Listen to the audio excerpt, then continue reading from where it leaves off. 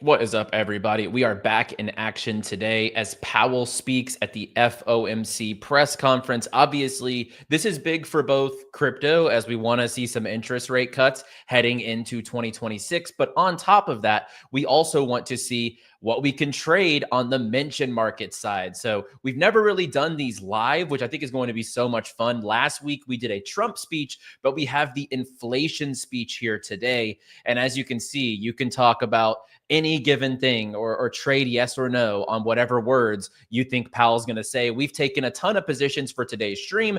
Without further ado, let's jump into the action.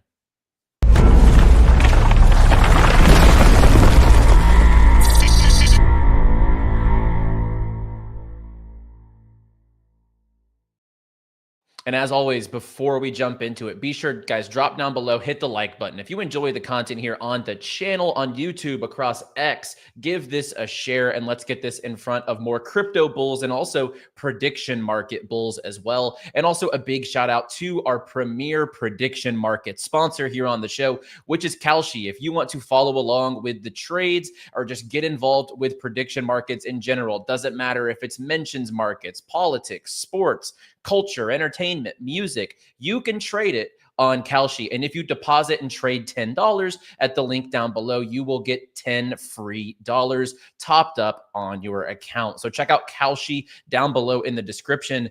Now let's jump into it, as this will be starting any minute. So I do want to go ahead and just kind of jump into my positions in this. Obviously, first and foremost, we want to make sure that I get these plays out before he does start speaking. So let's just go ahead and roll through. I'll click into the portfolio here, and then we'll go back to the page. But as you can see here, what will Powell say during his December press conference? So let's just run through these really quick so we can have this out of the way. What's going on, Sam? Good to see you this afternoon. We love mention markets. Last night's Trump rally, by the way, that was a movie for mentions. Like there was like 30 yeses and like 3 nos or something. So we got to do those in the future. So some nighttime streams and go over the Trump mention markets. But let's just jump into this really quick. So for today, I am on no beige book at 38 cents. I am on yes for the P word. I'm not going to say this one on stream. You can read it on the stream because YouTube doesn't take kindly to that word. Yes to pardon. Maybe he coughs and says, pardon me. It's a 5-to-1 payout on that trade if you were to hit that at 22 cents. I am on him not to say recession, shutdown, or uncertainty 3 times. So we have some pretty good odds on plays here for the trades today, and that is what I'm eyeing. And then we'll just go back to the market here. And I'll roll through some more of the options and make sure that we don't miss, as Sam mentions, when Daddy Powell starts going off and rambling. And on top of that, we will take a look at the charts. So I do have the crypto charts pulled up as well for all of you guys in the stream that obviously care about both markets. We got you covered. What's up, Robert? What's up, Adrian? Good to see you guys in the chat. And let's bounce back over to Kalshi. And right now, this is obviously, I think, the hottest mention market of the day. There's not a Trump mention market today after last night's quote unquote rally, as they're calling it. What's up, DavT? Good to see you as well. But as you can see here, some of these are just a little too high for me to take. Stuff like balance of risk, restrictive, 90 plus percenters are stuff I'm staying away from today. Shutdown, while he could mention the shutdown, I'm just going to take the better odds on that one as far as the percentage. And no is at 14 cents. So it's almost a 6x payout if we were to hit that on that trade. So I'm on no for shutdown. I'm on no for beige book at 37 cents. So that's almost 3-to-1 risk reward. We can see here uncertainty 3 times, also almost a 3-to-1 risk reward. I said he will not say uncertainty 3 or more times. We have the P word. I'm not going to say that one. You can read it on screen, but I have that he will say this at 51 cents. And then also I have no on recession at 67 cents. And I have yes on pardon because I just feel like he's going to say, pardon me. Maybe he's got a cold. Who knows?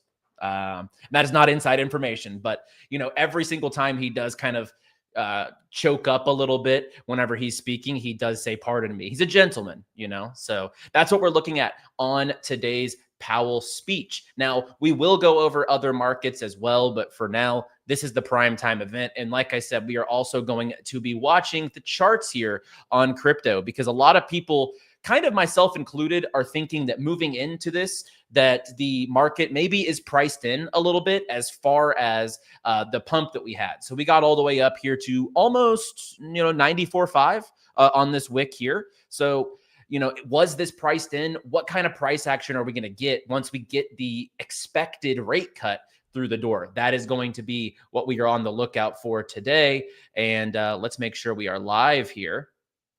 Okay. I don't know what they're showing here right now on. Okay. This is the Federal Reserve's YouTube. This is good. Okay. Let me just move back over here. So we'll see what happens with the crypto markets, maybe even take a couple trades there. But for now, we are focused on the prediction market trenches, because right now, this is a great opportunity for anyone to take advantage of. Number one, there's potential airdrops for stuff like Kalshi. They've been raising a ton of money. They're leaning into crypto. They have one of the smartest guys on crypto Twitter on their team heading up the crypto side, 𝗪𝗪𝗪𝗧𝗪𝗪, a good friend of mine. So yeah, I mean, you never know what you could get out of this. But on top of that, finding your edge in certain markets is an absolute blast. Like, just getting involved with this, to me, has been one of the most fun things that I have had, all of 2025, because 2025 has been boring for altcoins. We all know this on the channel. DJ Deb, thank you so much. Nice to have you here on the stream. And yeah, DavT, I'm excited about Kalshi, the potential on-chain features. They just went on-chain with Solana. Who knows what's going to happen in the future. But I think there's a lot of upside to just getting involved with these platforms. This is the fastest growing industry, guys, probably in the world.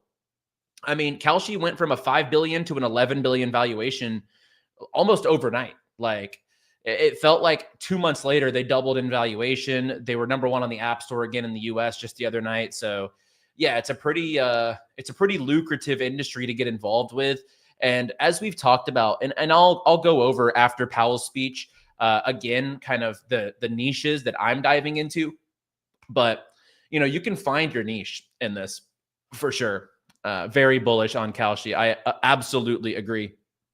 And if you guys in the chat, just, YouTube, X, I see all the comments. So if you want to ask questions regarding crypto, regarding Kalshi, how to get started, etc.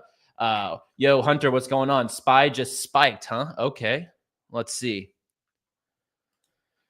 Oh yeah, the volatility is starting even on the Bitcoin chart. I'm starting to see that. Hang on one second. Let me see if I can pull up the SPY chart here. What is this on the? No, we're going to want to change that time interval for sure.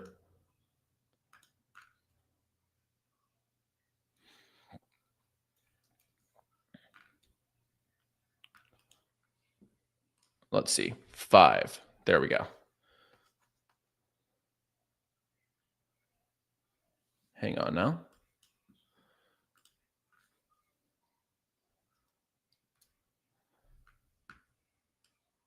Trying to get the SPY chart up real quick. And tanked. Okay, let's check it out. Let me get this pulled up.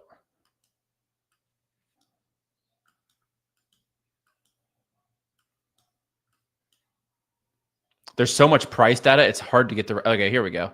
Let's see. We have this pulled up on Nexus. By the way, if you're not already using Nexus, you can check it out down below in the description. You can also trade traditional markets, Forex, gold, as well as tons of crypto pairs.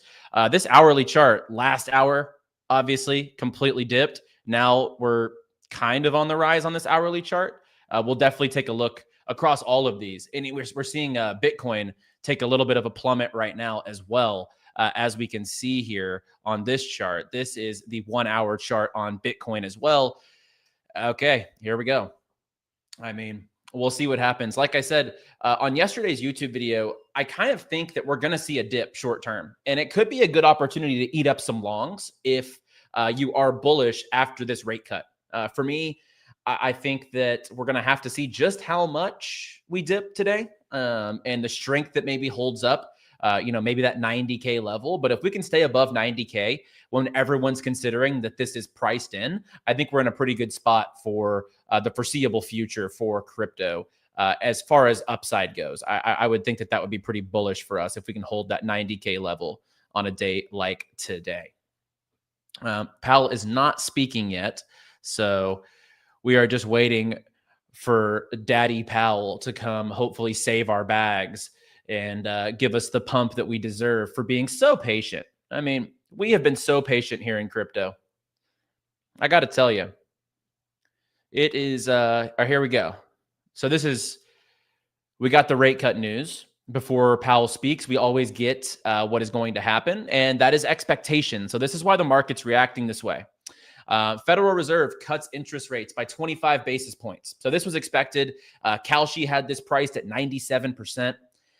And this is where it's going to get fun and interesting. So we got the expected rate cut. And on top of that, I think the interesting thing is that with expectations usually meets bearishness. If it would have been better than expectations, obviously the market's going to pump, but let's just see what happens. I believe Powell is about to speak now that this rate decision is out there, and just watching the market. I mean, we're rebounding on that hourly candle. This is pretty good.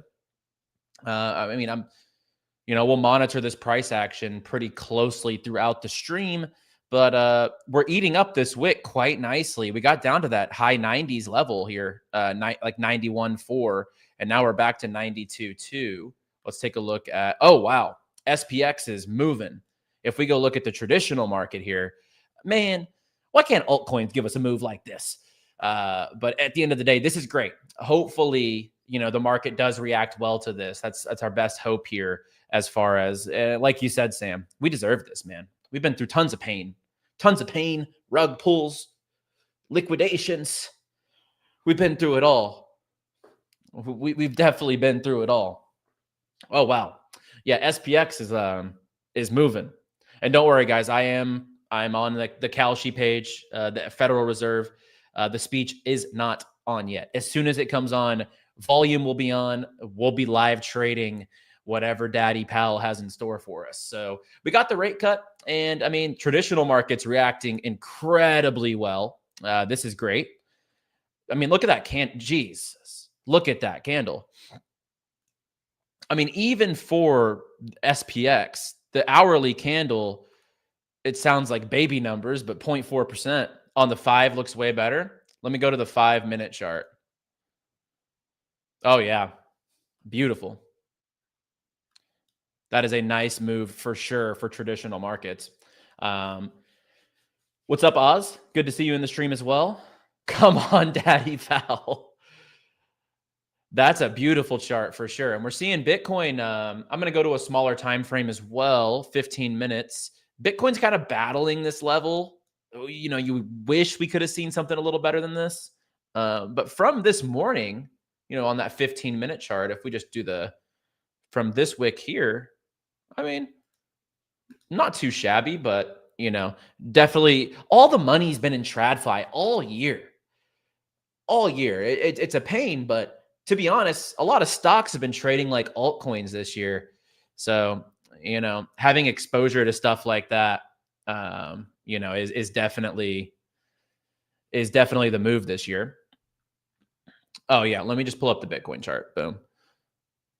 Good call out, Sam. Yeah, like the Bitcoin, it's moving, but it's hardly moving any different than it's actually moving way slower than the SPX, which is not ideal to say the least. What's up, Peyton?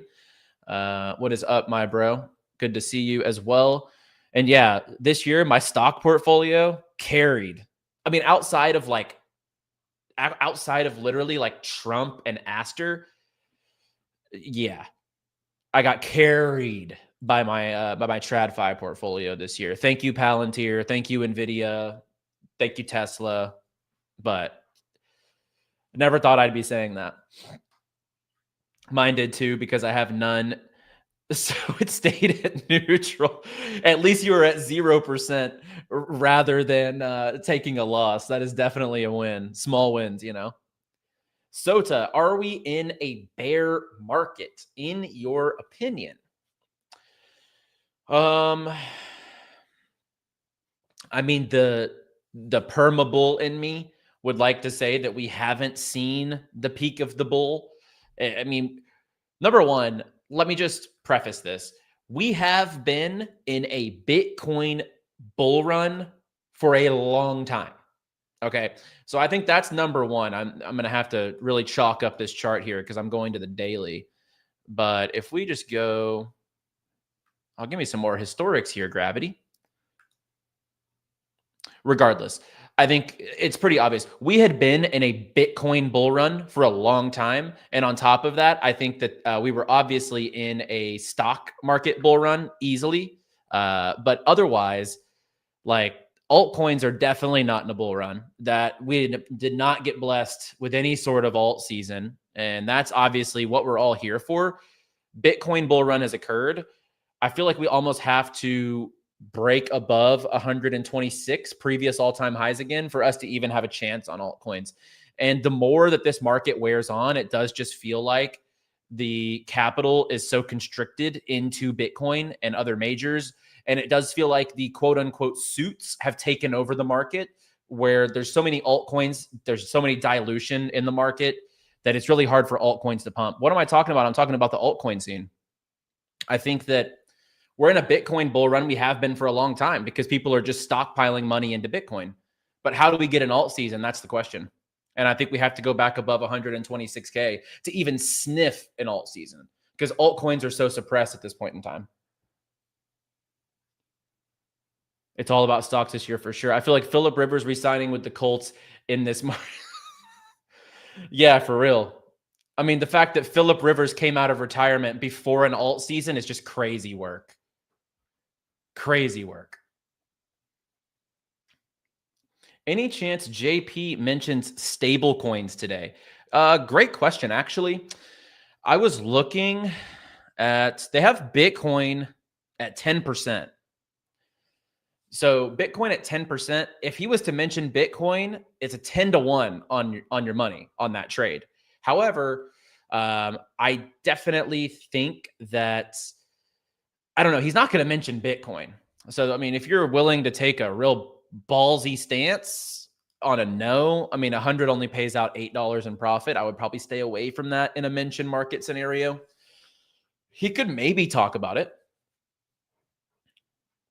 Bitcoin, less likely than maybe stable coins, but I don't see a scenario where he talks about crypto today, to be honest. Carl, hey, or just throw $10, make 100 potentially. No harm in that. You can place on Phillip Rivers playing on Kalshi. To be honest, the Colts have no better options, which is crazy. I saw a great question too. If Phillip Rivers plays this year, does that reset his 5-year Hall of Fame candidacy? Like, does he have to wait another 5 years to go on the ballot? That's a great idea, or that's a great concept to think about. Oh yeah, Hunter OG. There's pump and dumps everywhere. Unfortunately, the way that altcoins have become, projects just raise a ton of cash, never deliver on their promises, launch a coin, low liquidity, doesn't get on any sexes that are of worth any value. They have no attention whatsoever. People just dump the chart and the founders leave, close up shop. That's just exactly what happens every single time a hype altcoin launches, really, other than a few handfuls over the course of this year. Hustle probably predicted it. If I could have told you that Phillip Rivers was coming out of retirement at 44 to play for the Colts this season after the start that the Colts had, no way. No way. I mean, that would have been like 1,000,000-to-1 odds. No, who would have thought at the beginning of the season that Phillip Rivers would be the quarterback of the Indianapolis Colts? It's wild. That is wild. Let's just take a look at some of the numbers here as well. So some of the stuff that's moving, we have shut down up 4% of a potential that he mentions. That AI at 80%. I mean, he probably mentions it. It's just a little expensive for my taste on something like this. Credit is probably a good play at 75 cents, to be honest. But still, when it comes to mentions, I really try to steer clear of high percentages. Just some of them could legitimately seem like free trades. Like, I mean, he's going to say like some of these probably no doubt, but it's all about your risk tolerance. And when it comes to mentions, I'm not willing to take as high of stabs as far as percentages go that I would maybe with sports or other niches. But now when it comes to Trump speeches, if there's like a trillion at 85%, he always says billions, trillions, whatever the case is. There's going to be billions. There's going to be trillions. I got wrecked on wind in the Chargers game because it was indoors. They always find a way to sneak in wind. There are actually some pesky I swear they know the freaking Kalshis at this point. I know they have to follow. It gets smashed in their faces on social media. Everyone's aware. The players, by the way, just when it comes to, let's just say, sports betting in traditional, players are caught up in gambling schemes. The players know the lines. Nick Saban publicly said to college students when he was a coach, he would put the point spread on a clipboard in the locker room if they were underdogs. Like, everyone who plays these things or participates in any sort of open market like this knows the lines, knows the numbers. Like this last week, the what a catch thing on I forget what game it was, the Cowboys game, I think, Cowboys-Lions, Trent Atia, he's Book It with Trent on Twitter. He's like the biggest fade ever. And he put money that they would say the words, what a catch, on that Thursday night football game. And they didn't. So all the people on Kalshi said no against him because everything he puts money on usually loses. Like that's like his MO on Twitter. But then the next games, they said what a catch in like every other broadcast, as if they had seen it plastered all over socials that they didn't say what a catch. They have like 4 hours to say it. Yeah, they could be manipulating the stuff. The announcers could make a killing off their own mention markets. Like, I'll tell you who's lost me the most money this year. Freaking Chris Collinsworth. When Chris Collinsworth is saying something on Sunday Night Football, he always proceeds to screw me. I had schedule on Sunday Night Football, and they pulled up both teams' remaining schedules. And this guy is like, well, this is the docket. He called it the docket, not the schedule. Here's who they have on the docket. I said, brother, you're joking me, man. It's a schedule. This ain't no docket. Chris Collinsworth, and 𝗪𝗔𝗓, man. 𝗪𝗔𝗓 will curse whatever I pick, or he will just never say the obvious things in the right moments that he should be saying. Docket, bro. I'm telling you. Here's what these teams have on the docket. Mike, I don't know. I mean, the Bears have such a nice schedule going down the stretch. I'm like, Chris Collinsworth, man. Yeah, way easier to hit. And they could literally scroll down. Think of it, Sam. You go down here, you'll be like, ooh, anchor at 12%. Let's just say it's a football mention. Oh, Quinnen Williams, he's really the anchor. He's the anchor of that defensive line. You're like, what the heck, Chris? Insider info there. Because, yeah, Brian Armstrong. He's aware of the Kalshis. That's proven. That's proven. 𝗪𝗔𝗓 sucks. I agree. Chris, everyone is suspect now. Absolutely. I mean, there's a MLB pitcher under investigation for throwing pitch props for the last 3 years. Chauncey Billups, Hall of Fame basketball player, in prison. Terry Rozier under investigation. It's crazy. The culture of all this stuff. Everyone knows the lines. Literally opened his phone, said, okay, let's get the mentions in. I'm telling you, NBA is toast for sure. The NBA has the biggest problem ever. I mean, obviously with Tim Donaghy, back in the day, he obviously got publicly, he admitted to throwing stuff. I mean, it doesn't get any worse than that. The NBA has the worst problem whenever it comes to the betting scene. No doubt about it. No doubt. But not OKC. OKC is fine for the next 10 years. Yeah, man. OKC has it nice. That's for sure. Is there a Kalshi for like Oklahoma City to break the record? That's a great. Obviously, we work with Kalshi. Kalshi, if you guys are watching, you need to put up a prediction market on if Oklahoma City will beat the 73-9 record for the Golden State Warriors. That's the all-time great record. To be honest, I think that they're gonna do. I don't know. I think that they're gonna do it. Oklahoma City. Kalshi, we got to get this going. Will Oklahoma City break the record for best record in a regular season of all time? Will they win 74 games? That's the prop. Will Oklahoma City Thunder win 74 games? Give us a Kalshi and my money goes on it, I promise you. Yeah, I agree. Seems possible. No doubt about it. No doubt about it.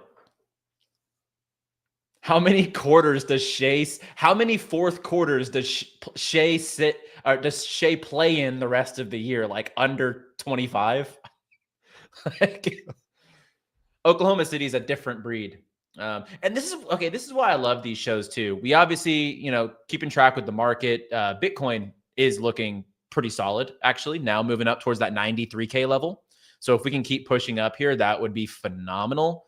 And then we'll go back and look at the SPX, kind of losing some momentum. But right off that rate cut announcement, obviously, we're going to see the market move quite a bit. So that's good to see. Just regardless that we're holding up these levels, a lot of people out of a fearful perspective of the market that we've been put in over the last year, it feels like you almost had to think the rate cut was priced in. But depending on Powell's tone, we will maybe see a little more of a move in the market. But what I was saying before, I love these streams, especially like prediction market stuff, because we can talk about anything.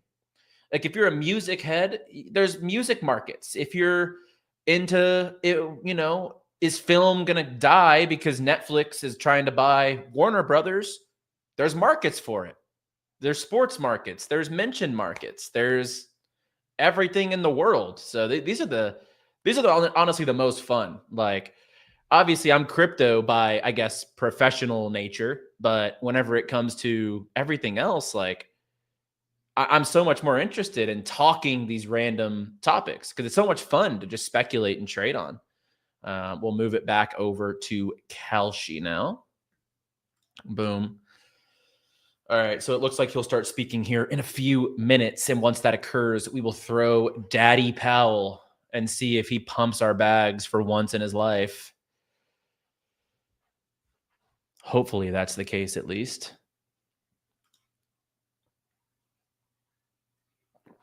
Kalshi interface is great too, how they track your...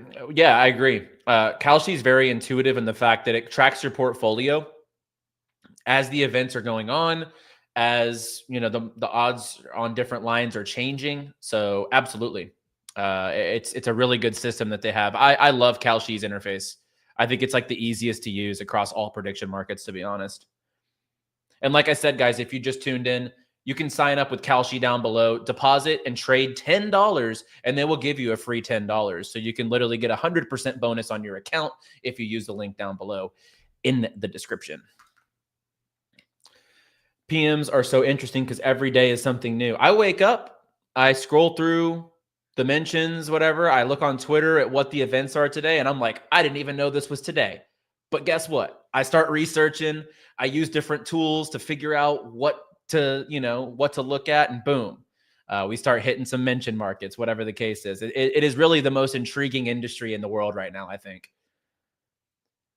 Coins, it's like, man, I got a thesis, but that thesis, exactly, Sam, and people get so upset here on the show. First of all, there's not enough altcoins that are quality anymore for me to come on the shows on a normal crypto video and every day be like, I got you an altcoin gem, $2 million market cap. This thing's gonna 100x. Like, gone are the days at this point in time. That's just not what's happening right now. Like for me, I'm like DCAing the same 5 coins only. And one of them's Bitcoin. Like there's just, my portfolio is this big as far as the amount of tokens that I hold now. So yeah, coins, it's like, I can't come on here every day and just be like, yep, today I'm buying this absolute shit coin and we're just going to try to pump it, boys. Let's go. That's just not, it's not what's happening in this market right now. Best one so far for sure. What's up, Dub? It was awesome catching up with you at Basel. Awesome catching up with you at Basel. And we got to do some prediction market streams. All of us, Sam, Peyton, Dub, Knox got to hop on. Like, we got plenty of prediction market guys. Come on here and have some fun. You know, I can really go a Trump accent. Last night, watching him on the stage, 3 hours, amazing. He says he has the best speechwriters in the world. He doesn't even use them. He candids all of his speeches. Mr. Powell, better pump the markets today, or I close up shop. I leave. Best bets for mentions today. Let's just recap let me recap what we're on. I have no to shutdown. I'm taking some riskier. So a lot, like shutdowns priced at 86%. So a lot of these I'm not in for crazy size, but I have good risk reward on these. So I have no for him to say, not to say shutdown. I have no on beige book. I have no on uncertainty 3 or more times. I think he says uncertainty, but we'll see. Pandemic, I do have yes. We see recession, I have no. Pardon, I have yes. I think we sneak in a little cough, pardon me. I think that's a pretty good one. Those are the ones I'm on. So yes, pardon. No recession. Yes, pandemic. No to uncertainty 3+ times. No to beige book. And no to shutdown. Like I said, I'm taking some riskier ones. Like right now, shutdown's 88% for the yes. So you almost have an 8 to 1 risk reward on that if you were to take that trade. So like I said, I'm not going crazy on the size today, but if some of these do come through on the trades, I think they're going to really cash out nicely. If you pretend you have a new altcoin every day, you're just cooking your audience. That's facts. Especially in this market. It's impossible. Impossible. 2021, late 2023, late 2024. Sure, because there was new meme coins, there was new AI coins coming out, pumping. All of 2025, though, no. There's just no way you could have ran any sort of thing with new coins. So yeah, Shiba, that's what I'm on today for mentions. Jerome isn't saying anything more than 5 times. Agreed. Prediction around the horn.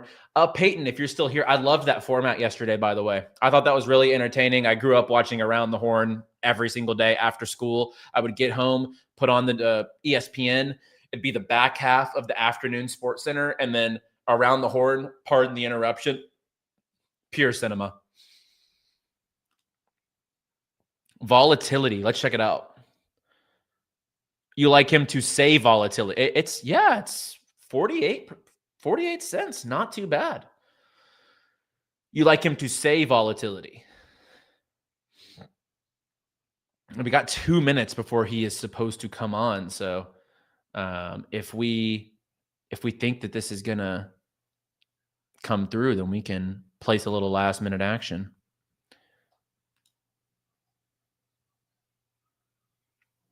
I'm with you. Let's go, Dub. I'm just going to throw 25 on it. Pays out 2 to 1. We'll take it. Come on.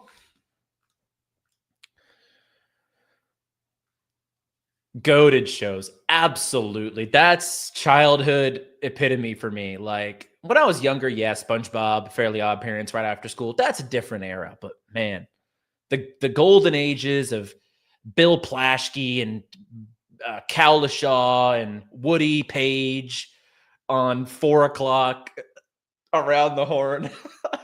That was the golden era of talk show sports TV. Now we just get Stephen A. Smith just yelling at the camera. Are we shorting XRP today? I haven't seen the XRP chart, but I mean, if Bitcoin's going to keep moving upwards, I probably wouldn't. Although it's down 4% on the daily. I don't know. I'll be honest, I don't really track XRP much at all. XRP is definitely not my cup of tea. And when I trade alts, I try to at least be privy to the charts and the way they move.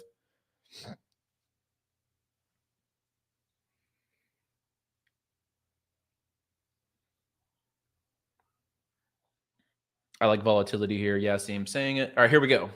Woody Page, and I would love the stuff he wrote on his chalkboard behind him. I stay shorting XRP, the gift that keeps giving. Yeah, definitely. All right, let's see here.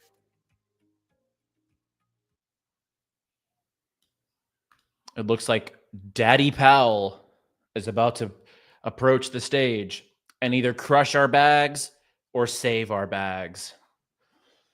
Let's hope it's the latter. We could use some saving. I need a savior in the form of a crypto market, please. Here he comes.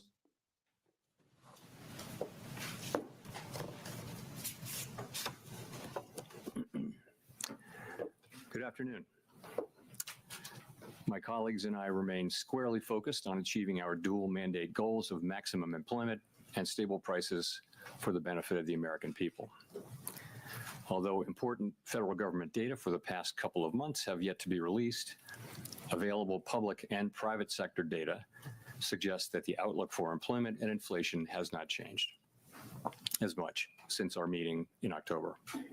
Conditions in the labor market appear to be gradually 100%, Sam. He's on his final days as the Fed chair.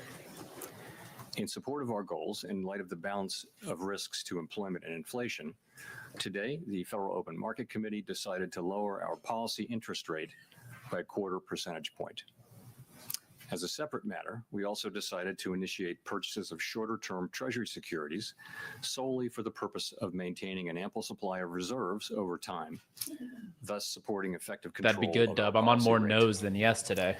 I will have more to say about monetary policy and its implementation after briefly reviewing economic developments.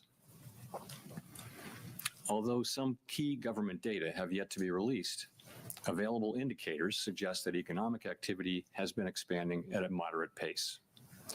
Consumer spending appears to have remained solid, and business fixed investment has continued to expand. In contrast, activity in the housing sector remains weak. The temporary shutdown of the federal government has likely weighed on economic activity in the current quarter, but these effects should be mostly offset by higher growth next quarter, reflecting the reopening. In our summary of economic projections, the median participant projects that real GDP will rise 1.7% this year and 2.3% next year, somewhat stronger than projected in September. In the labor market, although official employment data for October and November are delayed, available evidence suggests that both layoffs and hiring remain low, and that both households' perceptions of job availability and firms' perceptions. I anticipate a nice dip for the day. Continue to decline. Yeah, it just depends on what people take away from his speech. The labor market for September, it's all about his tone. Showed that the unemployment rate continued to edge up, reaching 4.4%, and that job gains had slowed significantly since earlier in the year. A good part of the slowing likely reflects a decline in the growth of the labor force due to lower immigration and labor force participation, though labor demand has clearly softened as well. Honestly, in this live trading, Kalshi is so much more fun than live trading crypto. Crypto, boring. In our SEP, the median projection of the unemployment rate is 4.5% at the end of this year and edges down thereafter. Yeah. Real estate broker, I hope so, man. That'd be incredible. 2022, we deserve that. Remains somewhat elevated relative to our 2% longer run goal. Very little data on inflation have been released since our meeting in October. Total PCE prices rose 2.8%. Okay, my shutdown is at 99%. Yeah, he said shutdown. Excluding the That's volatile tough. Food and energy categories. I didn't have too much on it, but it's okay. Also rose 2%. Especially with a close call that is determined by the rule book. Yeah. There's so many caveats to prediction markets. Has picked up, reflecting the effects of tariffs. In contrast, disinflation appears to be continuing for services. Near-term measures of inflation expectations have declined from their peaks earlier in the year, Expectation is smacking today. He said it about 80 times. Most measures of longer-term expectations remain consistent with our 2% inflation goal. The median projection in the SEP for total PCE inflation is 2.9% this year and 2.4% next year, a bit lower than the median projection in Dub, I bet those weather predictions, the rule book just probably conquers everything. Our monetary policy actions are guided by our dual mandate to promote maximum employment and stable prices for the American people. At today's meeting, the committee decided to lower the target range for the federal funds rate by 1/4 percentage point to 3.5 to 3.75%. Espresso for prediction market trades. It has to happen. To the upside and risks to employment to the downside, a challenging situation. There is no risk-free path for policy as we navigate this tension between our employment and inflation goals. Give us a volatility, Daddy Powell. A reasonable base case is that the effects of tariffs on inflation will be relatively short-lived, effectively a one-time shift in the price level. Our obligation is to make sure that a one-time increase in the price level does not become an ongoing inflation problem. But with downside risks to employment having risen in recent months, the balance of risks has shifted. Our framework calls for us to take a balanced approach in promoting both sides of our dual mandate. Accordingly, we judged it appropriate at this meeting to lower our policy rate by 1/4 percentage point. With today's decision, we have lowered our policy rate 3/4 percentage point over our last 3 meetings. This further normalization of our policy stance should help stabilize the labor market. Honestly, the obviously you sit and listen to these speeches, but the expectations and like your insides, it's like you never know what he's going to say. Mention markets are the best markets, I promise you. A range of plausible estimates of neutral and leave us well positioned to determine the extent and timing of additional adjustments to our policy rate based on the incoming data, the evolving outlook, and the balance of risks. In our summary of economic projections, FOMC participants wrote down their individual assessments of an appropriate path of the federal funds rate under what each participant judges to be the most likely scenario. We're still looking all right. I could use a couple of words from Mr. Powell, but participant projects that the appropriate level of the federal funds rate will be 3.4% at the end of 2026 and 3.1% at the end of 2027, unchanged from September. As is always the case, these individual forecasts are subject to uncertainty, and they're not a committee plan or decision. Monetary policy is not on a preset course, and we will make our decisions on a meeting-by-meeting basis. Let me turn now to issues related to the implementation of monetary policy, with the reminder that these issues are separate from and have no implications for the stance of monetary policy. In light of the continued tightening in money market interest rates relative to our administered rates and other indicators of reserve market conditions, the committee judged that reserve balances have declined to ample levels. Accordingly, at today's meeting, the committee decided to initiate purchases of shorter-term treasury. That's tough. He said tightening, not quantitative tightening. So by the rule book, this is still not hit. He said tightening, not quantitative tightening. That's so tough. Ensure that the federal funds rate remains within its target range and are necessary because the growth of the economy leads to rising demand over time for our liabilities, including currency and reserves. As detailed in a statement released today by the Federal Reserve Bank of New York, reserve management purchases will amount to $40 billion in the first month and may remain elevated. Jorge, tuning in from the UAE, huh? What's going on, my friend? It was nice hanging with you this last week as well. We expect the size of reserve management purchases to decline, though the actual pace will depend on market conditions.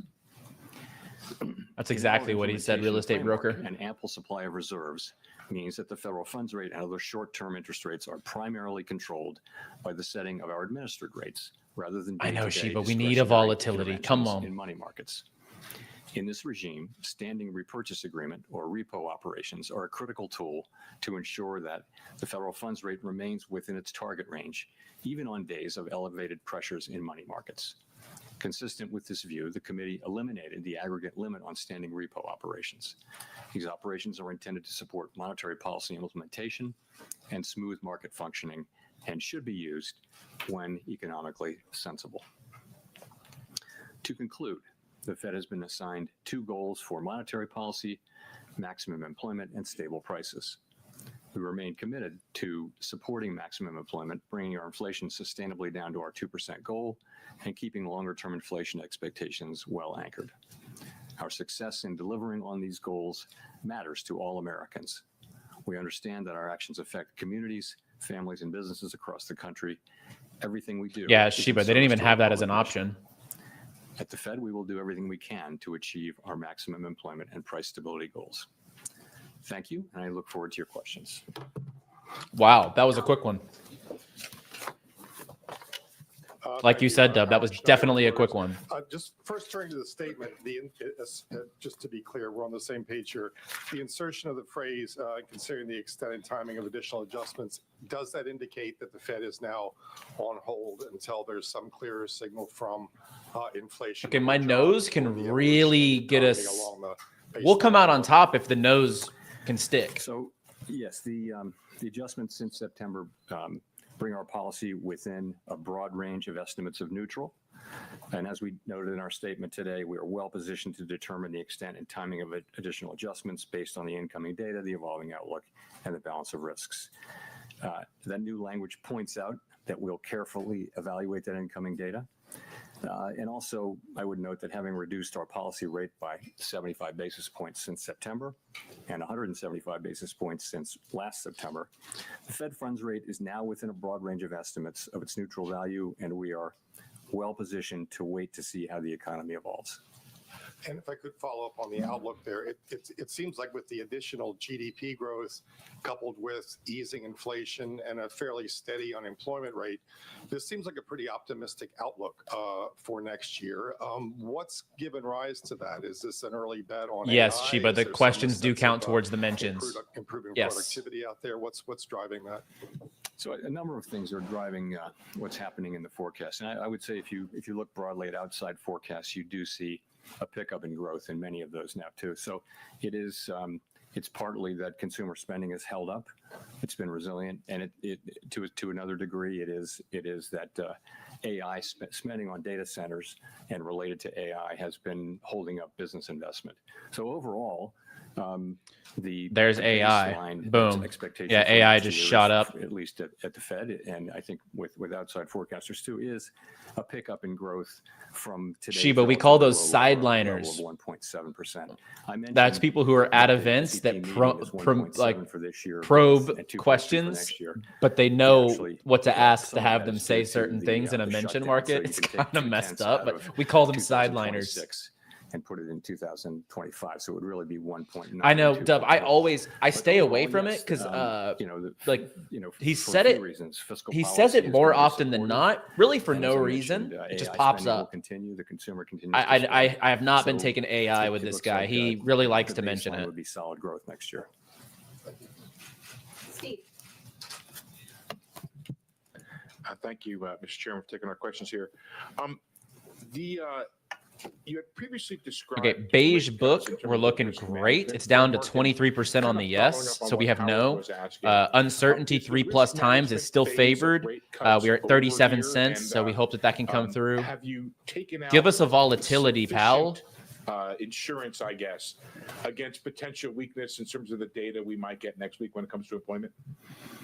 So we're going to get a great deal of data between now and the January meeting, and I'm sure we'll talk more about that.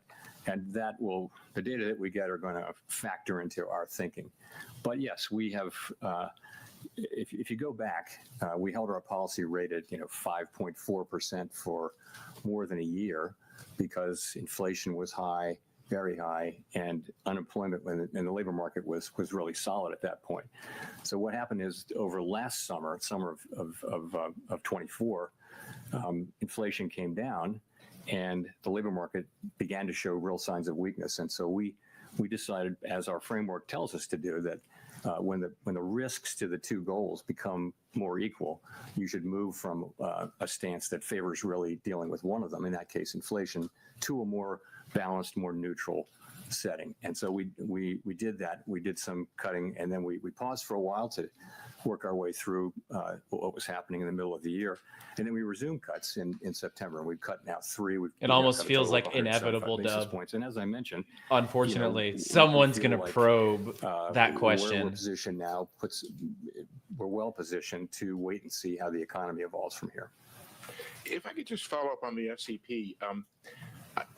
you have a whole lot of big increase in the growth numbers, but not a big decline in the unemployment numbers. And is that an AI factor in there? What is going on in terms of the dynamic of you get Now this guy just asked, he said AI in his question. So if it hadn't hit is, yet, it was the about to, implication for is sure. obviously higher productivity. That's what I tell you, And, man. These some reporters, of they that may ask be AI. It just they ask the also, I questions and think, they know what they're doing. productivity has just been almost structurally higher for several years now. So if you start thinking of it as 2% per year, you can sustain higher growth without more job creation. Of course, higher productivity is also what enables incomes to rise over long periods of time. So it's basically a good thing, but that's certainly the implication.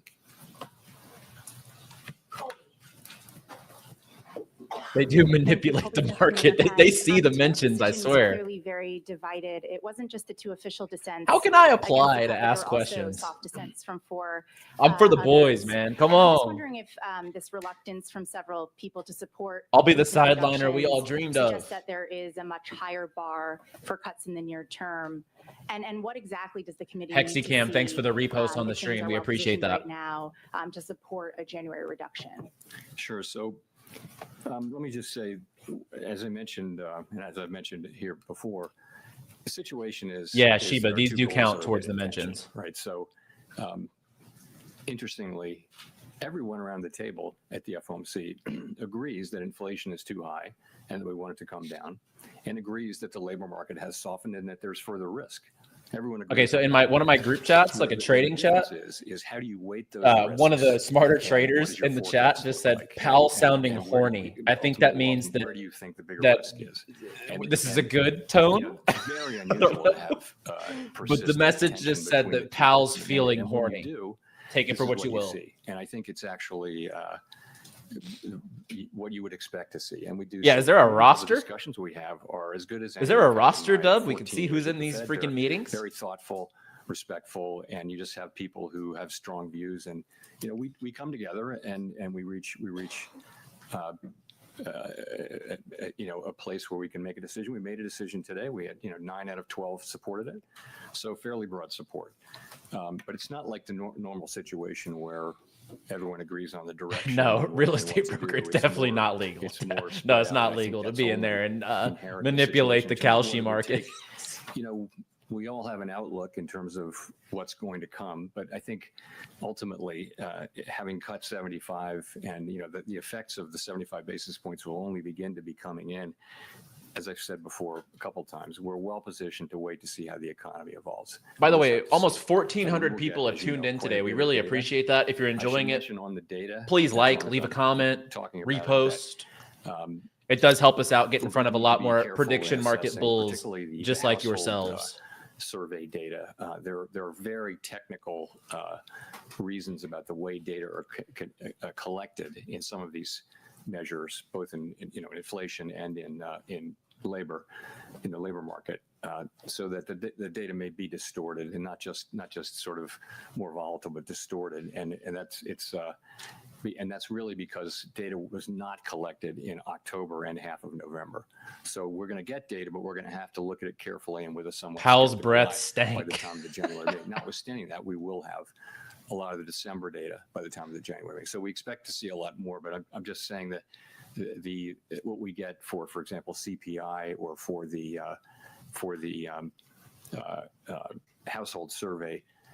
We're gonna look at that really carefully. Okay, things are actually and looking understand that it great. may be Just give us distorted the by volatility very and like technical factors. And just one more question on dissents. I mean, you talk about in a very positive way, just given the complicated nature of the situation we're in economically. But is there any point in which those dissents become counterproductive, either to the Fed's communication and the messaging around the policy path forward? I don't feel that we're at that point at all. I don't. I would say, again, these are good, thoughtful, respectful discussions, and you hear people say, and you hear many outside analysts say the same thing. I could make a case for either side. I mean, I could make that case. It's a close call. We have to make decisions, and we always hope that the data will give us a clear read. But in this situation, you have competing. If you look through the SEP, you'll see that a very large number of participants agree that risks are to the upside for unemployment and to the upside for inflation.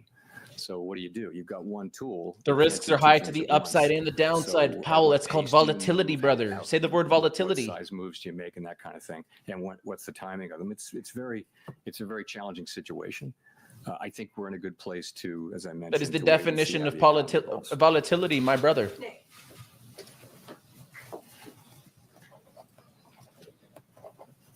Nick Timmeros of the Wall Street Journal. Chair Powell, there's been some discussion recently of the 1990s. In the 1990s, the committee did 2 discrete sequences of 3 quarter-point cuts, one in 1995-96. Thoughtful, respectful, should have been on the bingo card. A lot of ass kissing to his The coworkers. next move in rates was up, not down. I wish there was like a Is submission policy box, more like closer you to could throw neutral? Is it a in foregone suggestions for conclusion what they should that the next move in rates have is in the market. down? I think that'd be really Or should we fun. think of policy risks as genuinely two-sided from here? So I don't think that a rate hike is anybody's base case at this point, and I'm not hearing that. What you see is some people feel I could really use a pardon we should too. stop That's like a here 5 and the 5 to correct 1 place risk is wait. reward. Some people feel like we should cut. Need a sip of once water, or Daddy more Powell. this year and next year. But but when people are writing down their estimates of policy of where it should go, it is either holding here or cutting a little or cutting more than a little. So I don't see the base case as involving that. So of course, a data set of 2, now 3 is not a big data set, but you are right about those 2 3-cut times in the 90s. If I could follow up, the unemployment rate has been rising very gradually for the better part of 2 years, and indeed the statement today no longer describes the unemployment rate as remaining low. What gives you confidence it won't continue rising in 2026, especially when housing and other rate-sensitive sectors? What gives you the still confidence? appear to be Please don't say the feeling word policy uncertain, man. I have him not to say it 3 times, please. Notwithstanding the 150 basis points in cuts prior to today. So I think the idea is that with now having cut 75 basis points more now and having policy, I'd call it in a broad range of plausible estimates of neutral, that will be a place which will enable the labor market to stabilize or to only tick up 1 or 2 more tenths, but we won't see, any kind of a sharper downturn, which we haven't seen any evidence of at all. At the same time, policy is still in a place where it's not accommodative, and we feel like we have made progress this year in non-tariff related inflation, and as tariffs come through, as they flow through, that'll show through next year. But as I said, we're well placed to wait and see how that turns out. That is our expectation, but we're going to start to see the data, and it'll tell us whether we were right or not.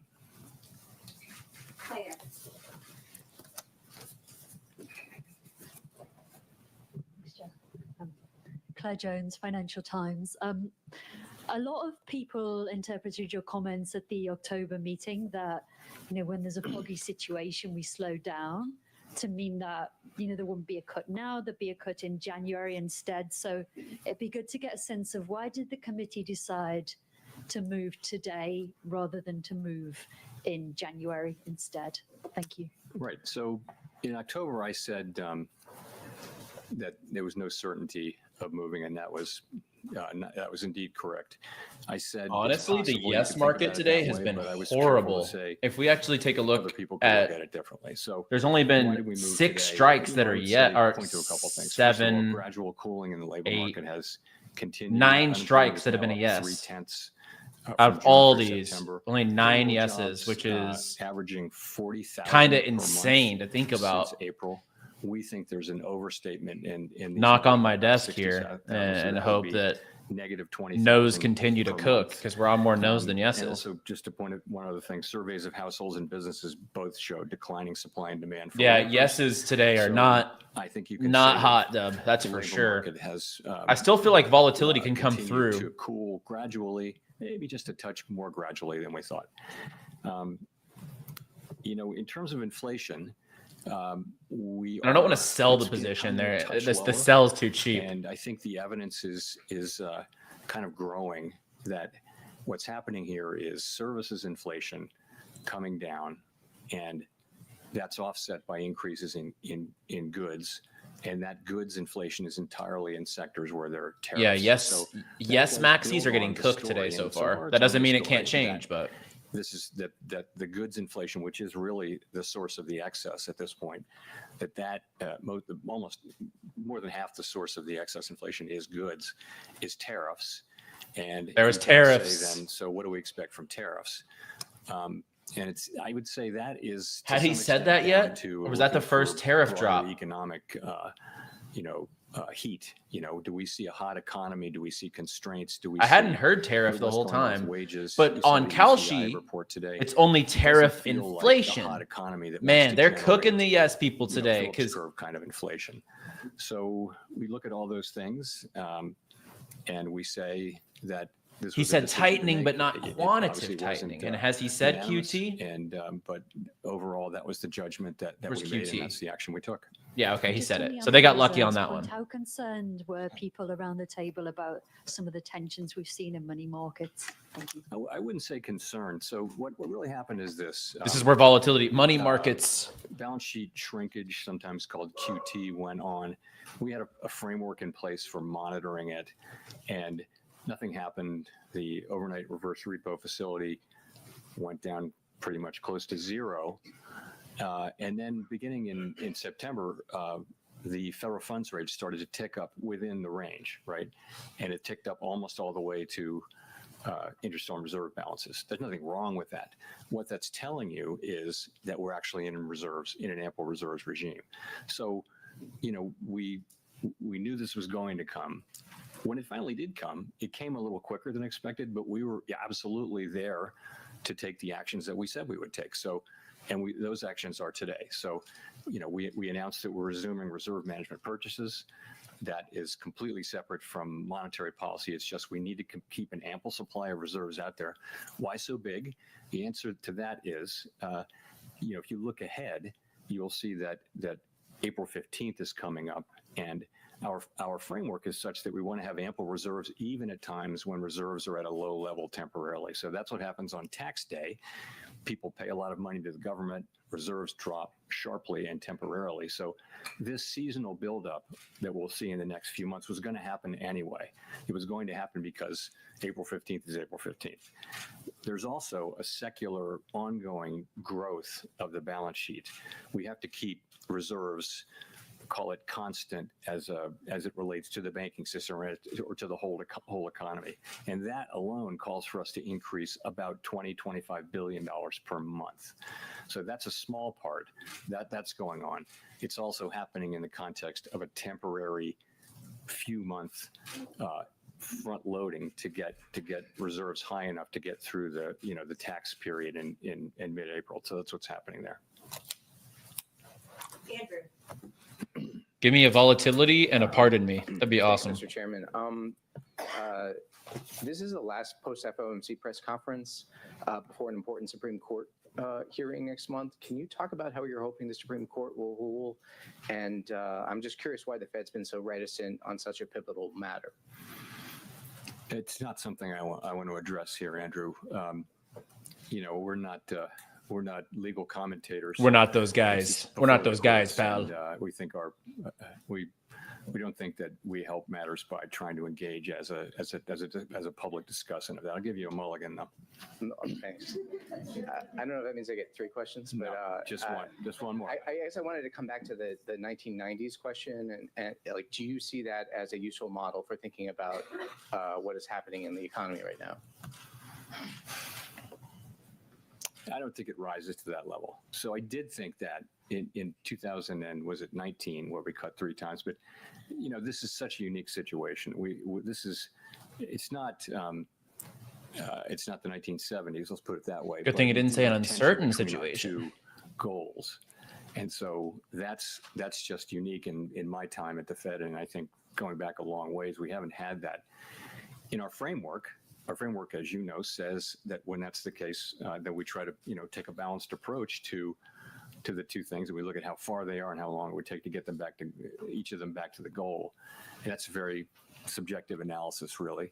But it just tells you you've got to, and I think ultimately what it says is when they're broadly equally threatened or equally at risk, you should be kind of neutral. Because if you're either accommodative or is the speech bullish or not? tight, I think you're it's favoring one or the other. more bullish And than so we've been bearish. trying to The sort of market's holding up nicely based moving off of in the it. direction So of neutral. Now we're in the for now, range I of think it's neutral. We're at good. the high end of the range of neutral, I would say, and that's what we're doing now.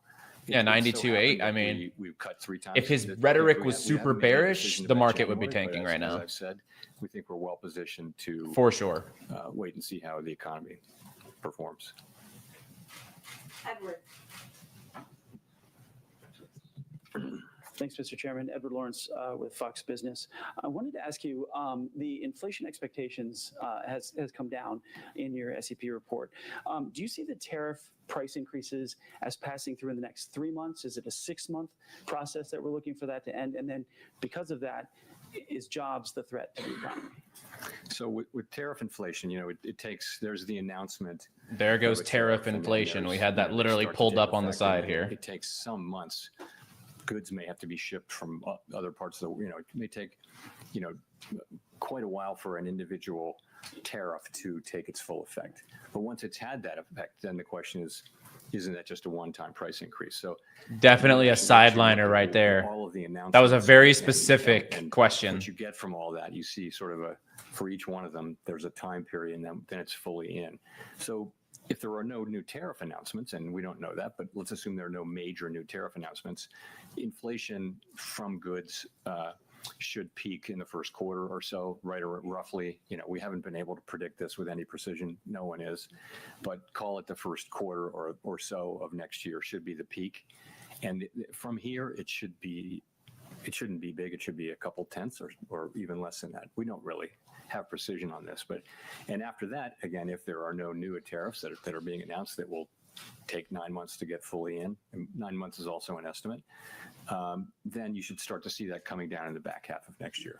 And I wanted to see if I could address sort of the elephant in the room. The president's been talking openly about a new Fed chairman. Does that hinder your current job right now or change your thinking at all? Not him asking about his job. Like, No mulligans for it. Michael McKee from Bloomberg Radio and Television. 10-year rates are 50 basis points higher than when you started cutting back in September of 2024, and the yield curve basically has been steepening. Why do you think that continuing to cut now, especially in the absence of data, is going to bring down the yield on the thing that will? Yeah, this is where Powell's going to start to wrap it up for sure. So we're looking at the real economy and focusing on that. And you've got when the long bonds move around, you've got to look at why they're moving around. If you look at inflation compensation, it's very that's one part of it is inflation compensation break evens, and they're at very comfortable levels. They're at levels consistent once you get out past the very short term now. Break evens are at at quite levels that are quite consistent with 2% inflation over time. They start asking about his nothing job. happening He's with about to hop rates up out of going here. out there that suggests concern about inflation in the long term or anything like that. I mean, I look at these things pretty regularly. Same thing with surveys. Surveys are all saying that the public understands our commitment to 2% and expects us to get back there. So why are rates going up? It has to be something else. It must be an expectation of higher growth or something like that. And that's a lot of what's been going on. I mean, you saw a big move, toward the end of last year, which was not to do with us. It was to do with Mr. Powell, what about your job security? Oh, there's a lot of volatility to that. I can't answer that. Boom. Is Come on. expecting you to get back to 2%, and Americans overwhelmingly are citing high prices, inflation as their number one concern. Can you explain to them why you're prioritizing the labor market, which seems relatively stable to most people, instead of their number one concern, inflation? So we, as you know, we have a network of contacts in the U.S. economy, which is really unmatched if you go through the 12 reserve banks. So we hear loud and clear how people are experiencing really costs. It's really high costs. And a lot of that is not the current rate of inflation. A lot of that is just let's look at the embedded positions higher currently. costs Beige book, due to no. higher inflation in I feel good about that one 2022 still. and 23. Uncertainty 3 times. So that's Just what's hold going your on. tongue, And so Mr. the Powell. best thing we can do Volatility is would be so restore inflation clutch. to its 2% goal. He's not going to And say our recession, I don't policy believe. is So that intended to should do be a that, good no but also there. have a strong economy where Pardon wages is a are going up, long shot as it people are gets, getting but jobs we'll see. and earning money. And then pandemic, it's there's not been looking some great there, but years it's okay. Where real compensation is higher, it's positive, significantly positive. So nominal wages are higher than inflation for people to start feeling good about the affordability issue.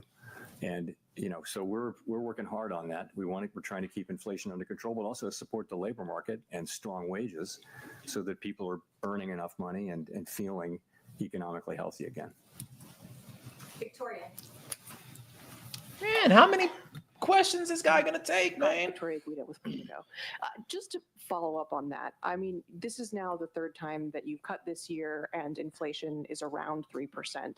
So is the message that you're sort of trying to send with that you're okay with where inflation is for now, as long as people understand that at some point you still want to get back to 2% because inflation is relatively stable where it is?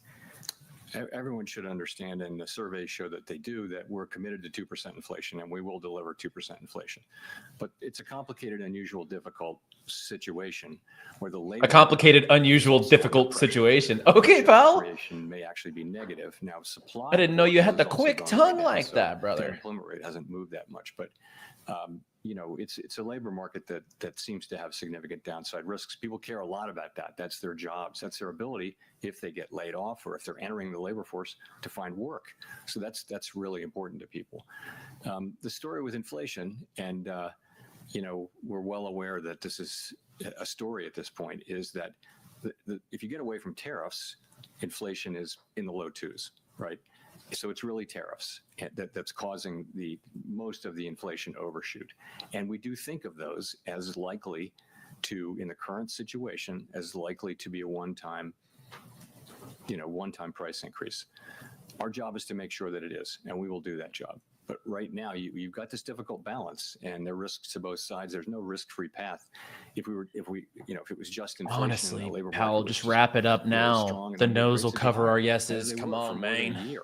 We didn't have to worry about inflation. Sorry about the labor market, because the labor market unemployment was very low. If you remember, when inflation was very high, there was a labor shortage, so we could focus entirely on inflation. Now it's different. We actually have risks to both. And I think we're doing the best we can for people. They also care about their jobs. They do care about affordability. And the best thing we can do there is both to support economic activity, but also, make sure that when tariff inflation goes down and disappears, inflation lands around 2%. Elizabeth. Thanks so much, Elizabeth Schulze with ABC News. These people got Just to endless follow up, We questions. keep talking about job growth being negative. Why do you think job growth is so much worse than some of the official data?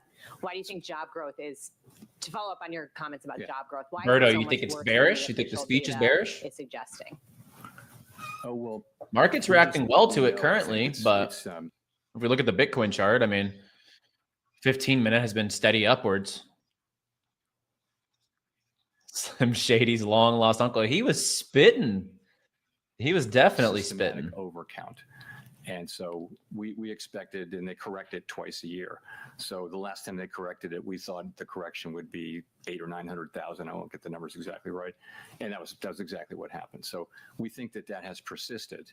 And so there's an overcount in the payroll job numbers, we think, continuing. And it will be corrected. Oh, yeah. I mean, I wouldn't doubt that the momentum stops in the market after this. I'm not, for the most part. And going into the weekend, the last whole month, the weekend has been bearish and the beginning of the week has been bullish. And it's just been a rinse and repeat because the sheeps just keep running into the perp slaughter. In any case, but the thing is, that's job creation in a way. That's demand. Labor supply has also come down quite sharply. So, if you had a world where there's just no growth in workers and you really don't need a lot of jobs to have full employment, some people argue that's what we're looking at. But I think a world where job creation is negative, I just think we need to watch that situation very carefully and be in a position where we're not, pushing down on job creation with our policy. When we're talking about supply, we have seen major American employers like Amazon cite I kind of want to sell this How position. much right now are you factoring in AI But- into the current weakness? Because like the in one job market? no I feel like I can It's lose probably here part of the story. tremendously It's would not a be big the part of the uncertainty story 3+ yet. times. We don't know whether I could it will sell be. it for a But, 21-cent for profit. It'd example, be, if you look at, you can't miss the big announcements of layoffs. I would make like and 70% also on my money companies, off that trade, saying but that they're not going to hire anybody for a long time. I and they mean, cite AI. That's all. we're here for a good time, not a At long some time. point, I'm not selling people are not nothing. Filing for Come on. unemployment insurance. And since job creation, job finding rates are extremely low, if there were big numbers of layoffs, you'd expect the continuing claims to go up, and you expect new claims to go up. It really haven't much, so it's a little bit curious. But longer term, though, the question is, what are we going to see here? And we don't know, but it's it may be that in past technology, really significant technology innovation eras, you have seen some jobs destroyed and other jobs made. Ultimately, what's happened for a couple hundred years is when you get through all that, you have higher productivity and you have new jobs, and there are enough jobs for people. This may be different. It's every time we have a wave of technology, we think, oh, this could put a lot of people out of work. What are they going to do? In the past, there's always been more work and higher productivity, and incomes have risen. What will happen here? We're going to have Mr. to see. Powell, But say right last now, it's question such so our early days, nose we can don't think we freaking see come through, much, buddy. It's certainly not showing up in layoffs yet.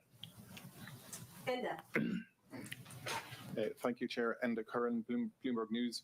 Given the breadth of views on the policy committee, why is there such a division of views between On the policy what? on the committee? Thank you. Why is there such a division of views between the presidents and the board members?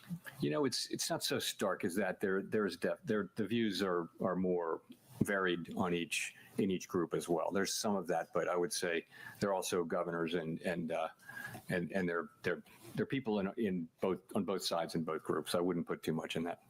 Okay, and just to follow up, please, given your growth upgrade, how would you factor in, or what would be? I like how he's like, oh, follow up, and without raising his hand again, and people around him look at him so snarky. Like everyone raises their hand for a question, and bro sneaks in too. What a little snake, little weasel.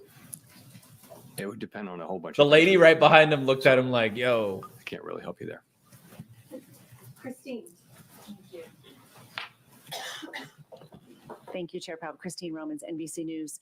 I wanted to ask you about how the higher income households are really driving spending right now. They're backed by home equity and stock market wealth, but lower income consumers are really struggling with the accumulation of 5 years now of rising prices. It's price levels, not really the inflation rate, holding some of these families back. How sustainable is this so-called K-shaped economy? And what are the Fed's thoughts on whether that's a risk going forward?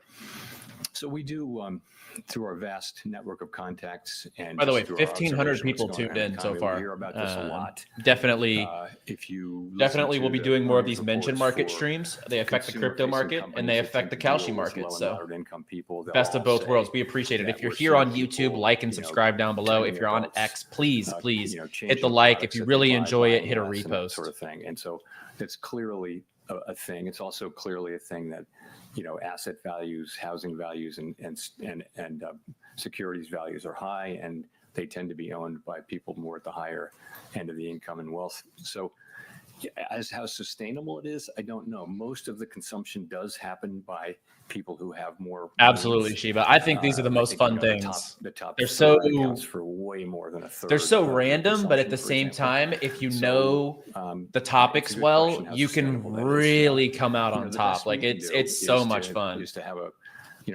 price stability. Quindell, my brother, thank you so much for the repost. For example, Thank you what we so saw much, at the man. end of the I'll be very, in very Dallas here long, in a couple weeks. If you're in town, we got to catch expansion that up. ended with the outbreak of the pandemic. We saw that it was 10 years and 8 months or something like that, the longest one in recorded history. In the last 2 years, most of the largest part of the wage gains were going to people in the bottom quartile, the bottom part of the low and moderate income. So, boom, a strong pandemic came through 99%. I was about to say my ROI changed pretty swiftly there. Let's go, man. It's helping people at the lower. Freaking almost an hour into his speech, we finally get a pandemic. We got to have price stability, and we got to have. Are we bullish? Maximum. For now, I mean, market's looking great, but typically speaking, it's short-lived right after FOMC, and then we might see some repricing after. Overall, I think the rhetoric's been pretty bullish, but boom, man. That's like one of those few yeses that we really need to come out with a big day. Yeah, so the housing market faces some really significant challenges. And I don't know that, a 25 basis point decline in the federal funds rate is going to make much of a difference for people. Housing supply is low. Many people have very, very low rate mortgages from the pandemic period, and they kept refinancing and caught the really low. So it's made expensive for them to move. And, we're a ways away from that changing. Also, Bitcoin's actually looking really nice right now. That's for sure. For a long time. And so a lot of. Let me switch over to the Bitcoin chart really quick. I'm also going to look at the SP. Oh, wow. So, TradFi market's looking phenomenal. We go over here to Nexus. You can see the SPX moving up very nicely over the last few hours. And then, or really, those are like 5-minute charts. So over the last hour, this thing's moving nicely. And then Bitcoin. Look at that candle on Bitcoin. Beautiful, beautiful movement. Let's go.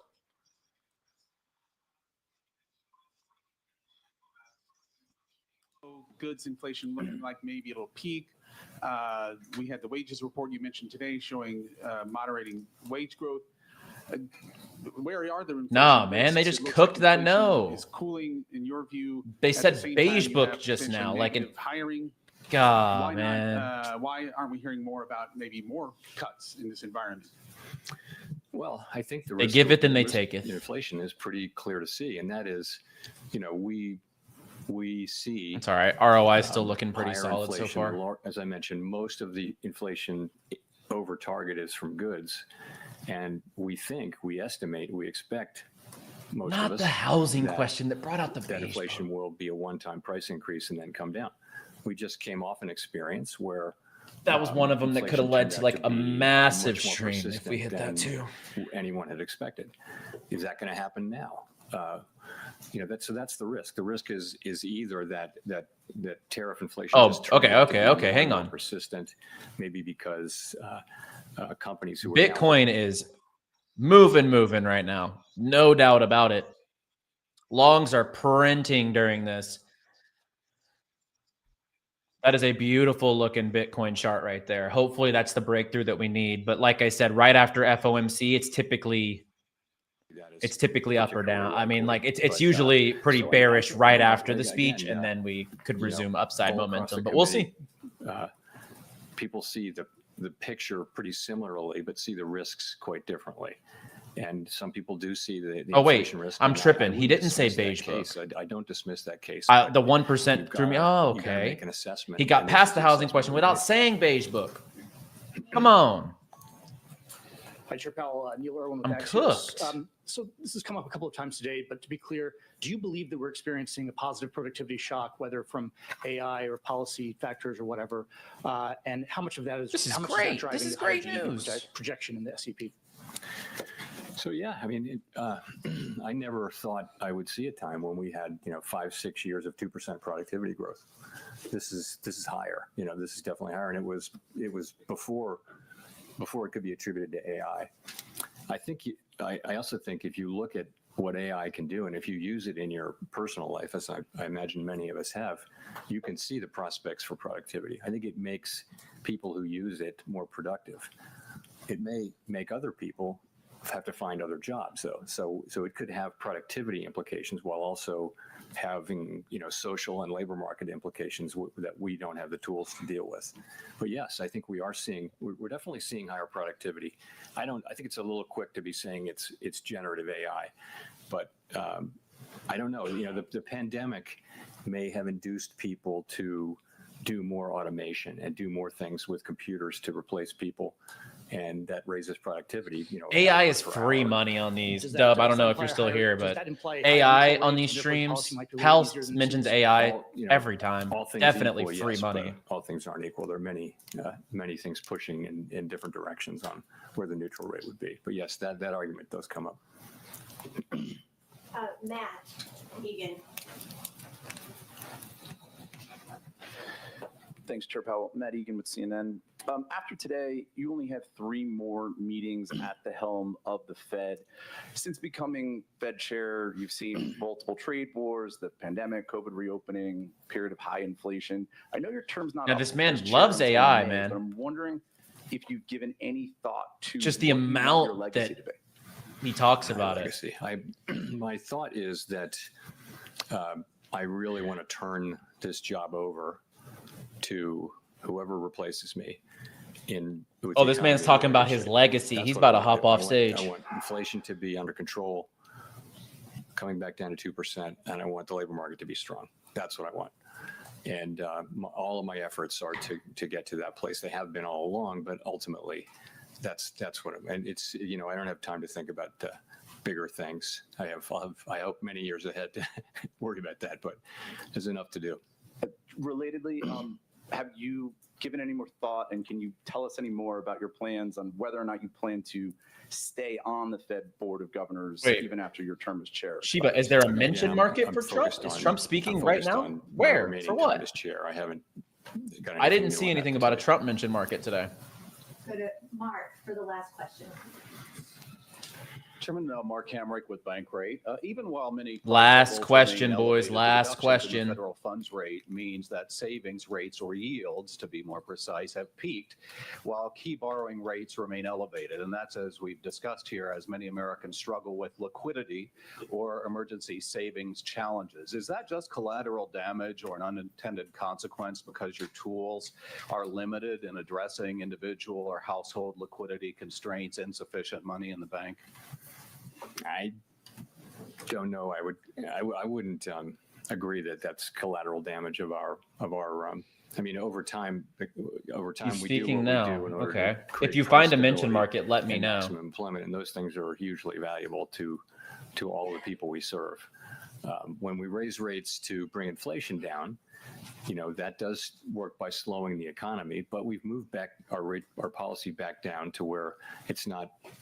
It's certainly not strongly restrictive at this point. I think it's sort of in the range of neutral.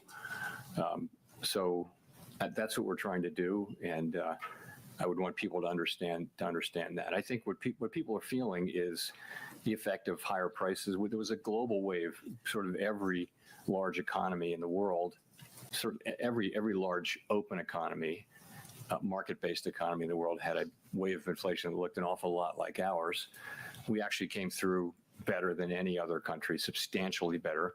We had higher growth, we had better labor market, and this is really due to the American economy.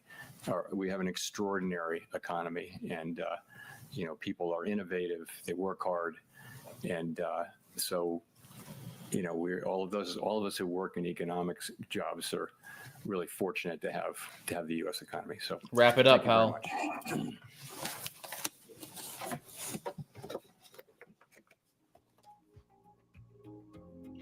Nice. All right. So that is the FOMC meeting. Number one, let's just talk about the crypto side quickly. I just want to cover that. Yeah, boom. As soon as the man stepped off stage, you just saw that red candle teleport. So every single time that happens, like the second that the speech stops, the market just tanks. So definitely be aware if you have longs open that the market is starting to track back downward.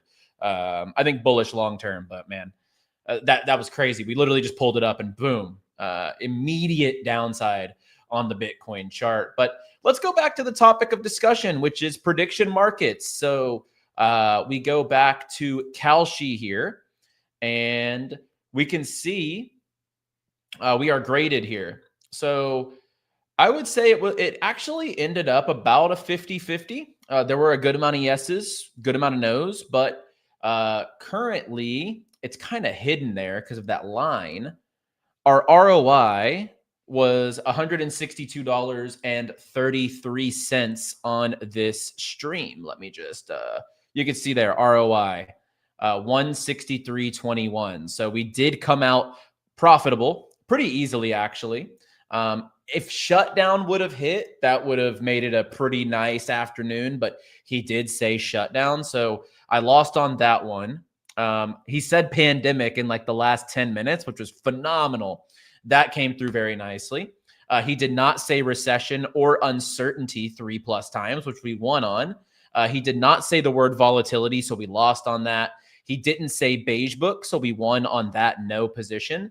And he did not say pardon, like pardon me, which was a long shot. But you have to take some risks on these. So we came in with a good mixed bag of things he really is probably likely to say, and then things that are a long shot, but if they hit, we're really going to pay out. Like if he didn't say shutdown, he said shutdown once, that whole speech, guys.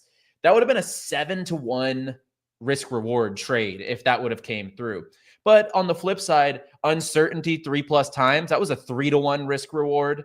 Recession was a nice one. Beige book, no, was a 3-to-1 risk reward. So, you know, we'll take a couple $100. Thank you, Mr. Powell, for the trade there. We really do appreciate that. So $163 in the green on today's stream. And that's really it. I don't have too much as far as sports today or anything like that. I really want to just keep it simple as far as the live stream goes today. I want it to be straight to the point. That's kind of what we were looking at. Shiba, if there's not a mention market on Trump speaking, that is a bummer.